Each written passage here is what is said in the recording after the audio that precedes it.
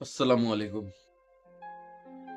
हर बार election में मुसलमानों के सामने एक बहुत बड़ा सवाल आ जाता है, किसे वोट दें? इस सवाल को समझने की कोशिश करते हैं और मैं उदाहरण के तौर पर, एग्जाम्पल के तौर पर अपनी विधानसभा दिल्ली मुस्ताहद विधानसभा को लेता हूँ।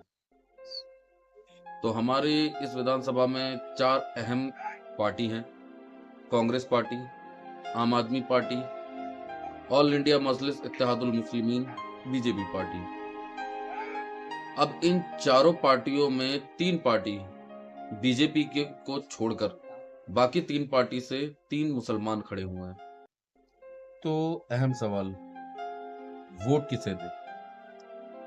फर्ज करते हैं कि ये चारों पार्टियां नहीं है, ये चारों कंपनियां हैं जिनका काम है इंसान की जिंदगी की रोजमर्रा की जरूरतों को बेचना।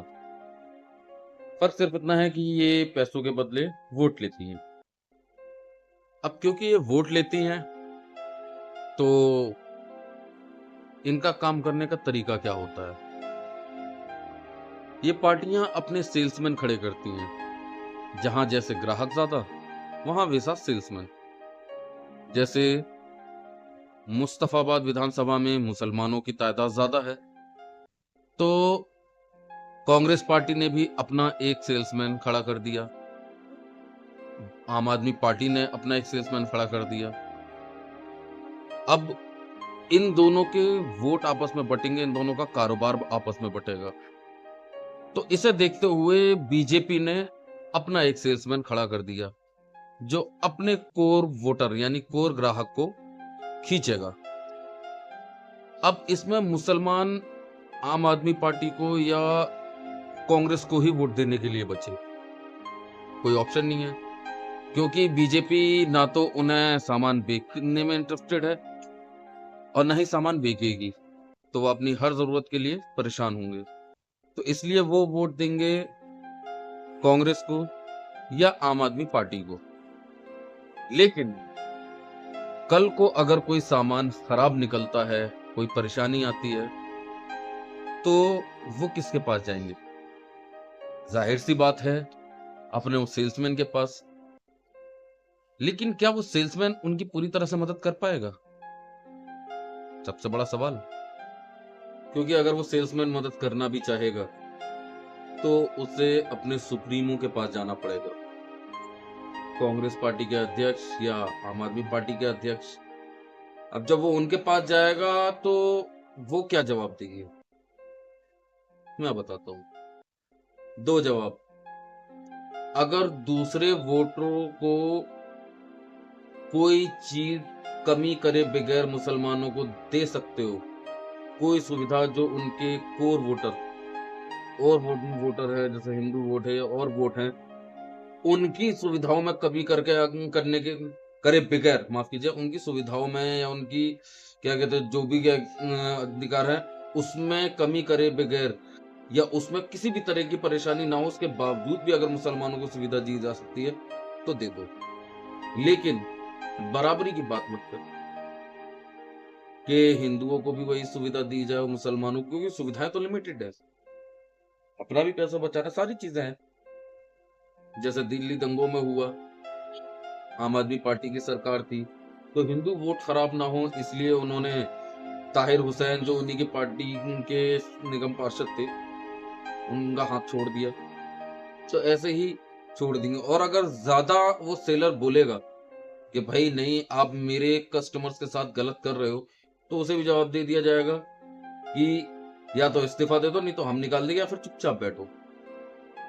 कुछ बचता है तुम्हें दे देंगे, अपने वोटरों को, अपने कस्टमर को दे देना।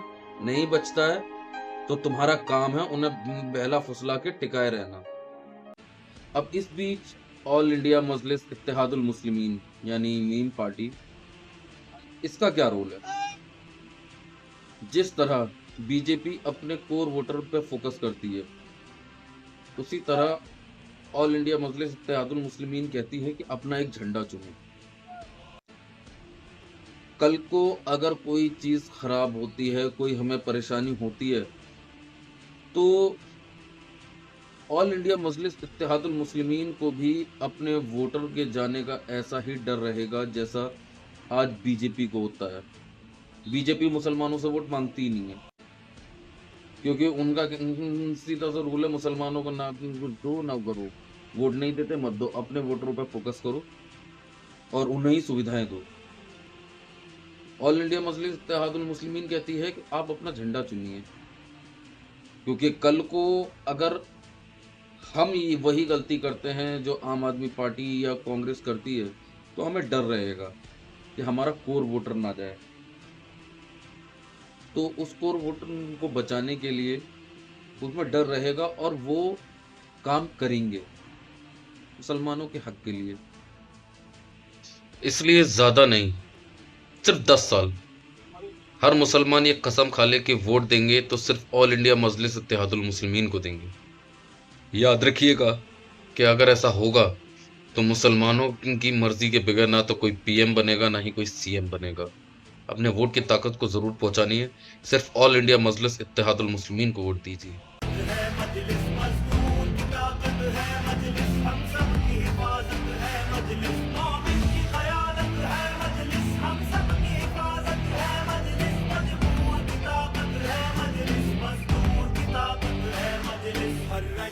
में साथ खड़ा रहता है वो कायद अपना है, हर फरहत गम में साथ खड़ा रहता है वो कायद अपना है, जो पकड़े अपना हाथ खड़ा